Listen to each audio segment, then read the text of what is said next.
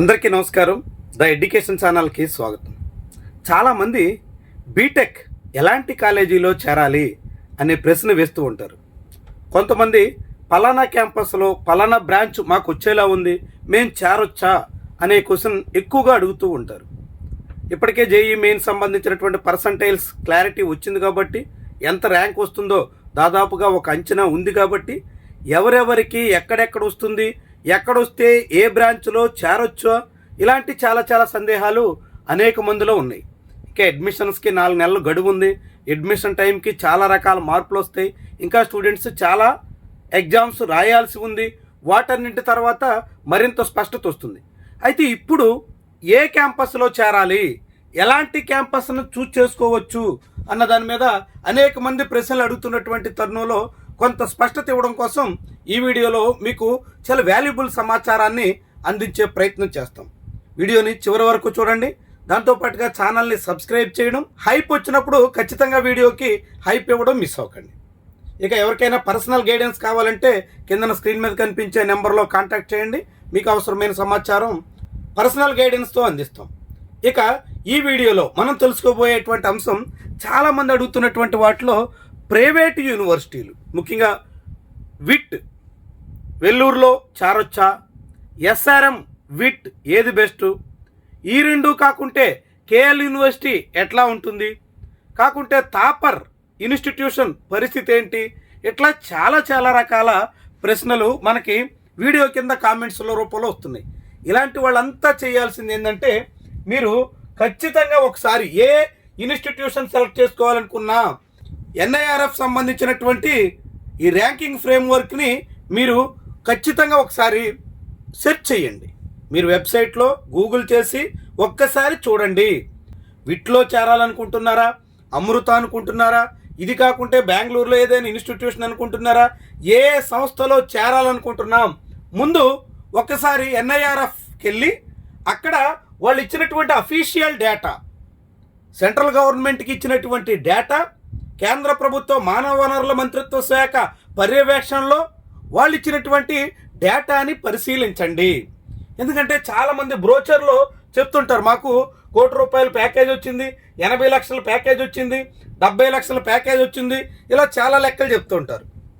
అదే సమయంలో average package ఎంత ఉంది అన్నది కూడా భారీగా చెప్తూ ఉంటారు. కాబట్టి మీరు వాళ్ళ ప్రైవేటు పబ్లిసిటీ కోసం ఇచ్చేటువంటి లెక్కలు కాకుండా ఎన్ఐఆర్ఎఫ్ ఇచ్చేటువంటి డేటాని ఖచ్చితంగా పరిశీలించండి. మీరు ఏ ఇన్స్టిట్యూషన్ అయినా చేరండి, మీకు నచ్చినటువంటి ఇన్స్టిట్యూషన్లో చేరే ముందు ఒక్కసారి మాత్రం ఎన్ఐఆర్ఎఫ్ డేటా పరిశీలించడం మర్చిపోకండి. ఎందుకంటే అది మీకు official data, central government team approved data అన్నట్టు. సో ఆ డేటాలో అంతో ఎంతో వాస్తవం ఎక్కువగా ఉంటుంది. పూర్తిగా అదే వాస్తవం, దాన్నే నమ్మండి అని మేము కూడా చెప్పట్లా. దాంట్లో దాదాపుగా వాస్తవం ఉండడానికి అవకాశం ఎక్కువ ఉంటుంది. కాబట్టి ఎన్ఐఆర్ఎఫ్ డేటాను మాత్రం మీరు ఏ ఇన్స్టిట్యూషన్లో చేరాలనుకున్నా ఒక్కసారి పరిశీలించండి. ఎందుకు పరిశీలించాలి అని అంటే, మీరు ఏ లక్ష్యంతో అండర్ గ్రాడ్యుయేషన్లో బీటెక్ చేరాలనుకుంటున్నారన్న దాన్ని బట్టి మీరు సెర్చ్ చేసే అవకాశం ఉంటుంది.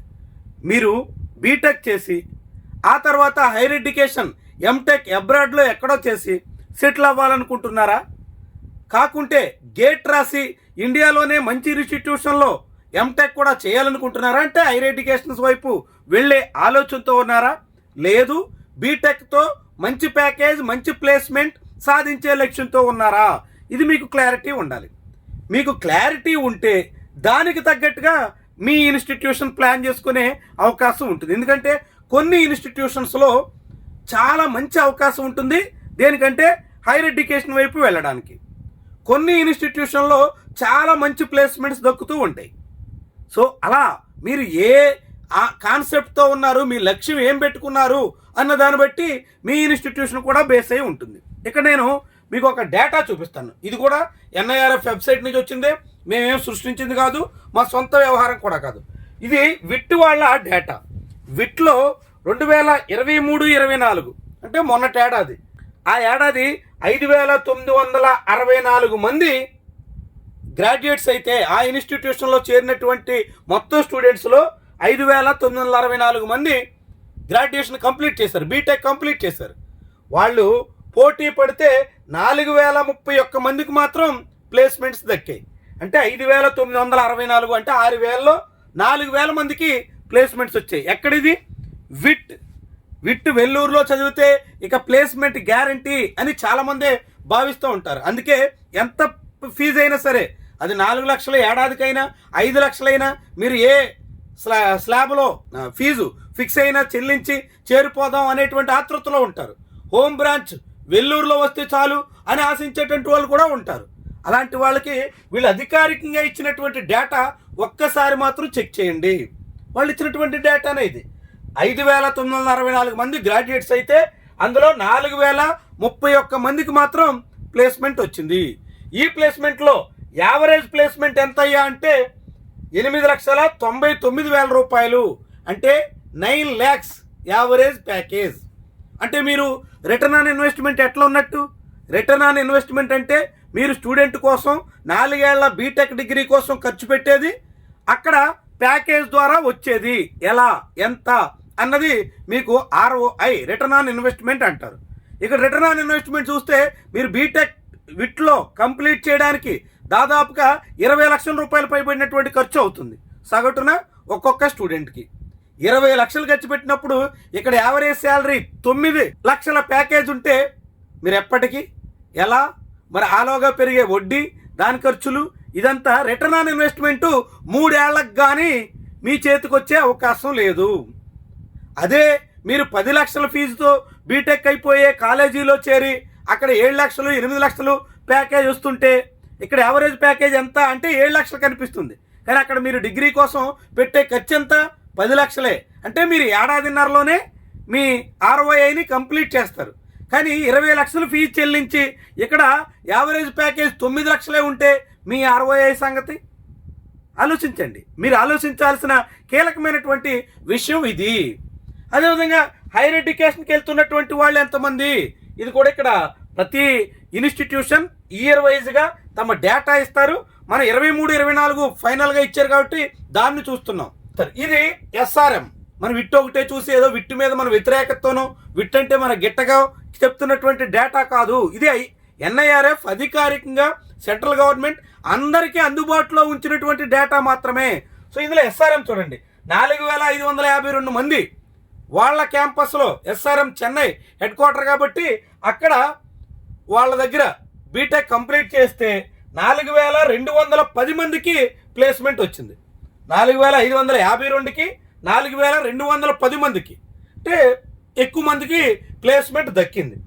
కానీ ఇక్కడ యావరేజ్ ప్యాకేజ్ చూస్తే 6,20,000 మాత్రమే. 6,20,000 యావరేజ్ ప్యాకేజ్ అంటే ఎంత తక్కువ అన్నట్టు ఒకసారి ఆలోచించండి.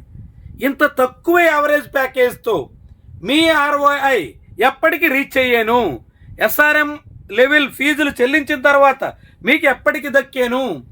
ప్రశ్న పేరెంట్స్ స్టూడెంట్స్ వేసుకోవాల్సినటువంటి ప్రశ్న.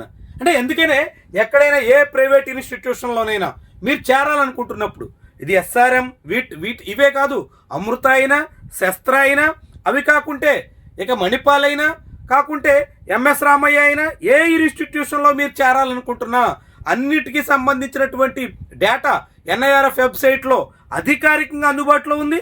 ఖచ్చితంగా ఒకసారి డౌన్లోడ్ చేయండి, వాటిని పరిశీలించండి. ఏ ఇయర్ ఎంత పర్సంటేజ్ ప్లేస్మెంట్ అవుతున్నారు, ఎంతమంది హైయర్ స్టడీస్ కోసం వెళ్తున్నారు, ఎలాంటి పరిస్థితి ఆ ఇన్స్టిట్యూషన్లో ఉంది అన్నది స్పష్టంగా మీరు చూస్ చేసుకున్నటువంటి ఇన్స్టిట్యూషన్ గురించి మాత్రం ఒక్కసారి సెర్చ్ చేయడం మర్చిపోవద్దు. అది చేసిన తర్వాత మీరు ఇన్స్టిట్యూషన్లో అడుగు పెడితే మీకు బ్రైట్ ఫ్యూచర్ ఉండడానికి ఛాన్స్ ఉంటుంది. సో అలాంటప్పుడు మీ నిర్ణయం మంచిగా ఉంటుంది. అలాంటి నిర్ణయం తీసుకుని అది KL యూనివర్సిటీ కావచ్చు, విజ్ఞాన్ యూనివర్సిటీ కావచ్చు, ఆంధ్ర యూనివర్సిటీ కావచ్చు, అన్నింటికీ సంబంధించినటువంటి డేటా కూడా అందుబాటులో ఉంది. NIRF ర్యాంకింగ్స్లో ఇంజనీరింగ్ విభాగంలో టాప్ 100 ఇన్స్టిట్యూషన్స్ డేటా రెడీగా ఉంది. వాటిలో సెర్చ్ చేయండి, మీకు దొరుకుతుంది. పరిశీలించండి, ఆ తర్వాత నిర్ణయం తీసుకోండి. ఇది మాత్రం ఖచ్చితంగా ఫాలో అవ్వడం మర్చిపోకండి. ఏ ఇన్స్టిట్యూషన్లో ఏ బ్రాంచ్ బాగుంటుంది, ఏ బ్రాంచ్ చేరితే ఎట్టా ఉంటుంది, ఇవన్నీ కూడా మనం మాట్లాడుకుందాం. కానీ ఒక ఇన్స్టిట్యూషన్ ఎంపిక చేసుకునే ముందు ప్రతి ఒక్కరూ ఖచ్చితంగా ఈ విషయాలు మాత్రం పరిశీలించడం చాలా చాలా కీలకం. Thank you very much for watching.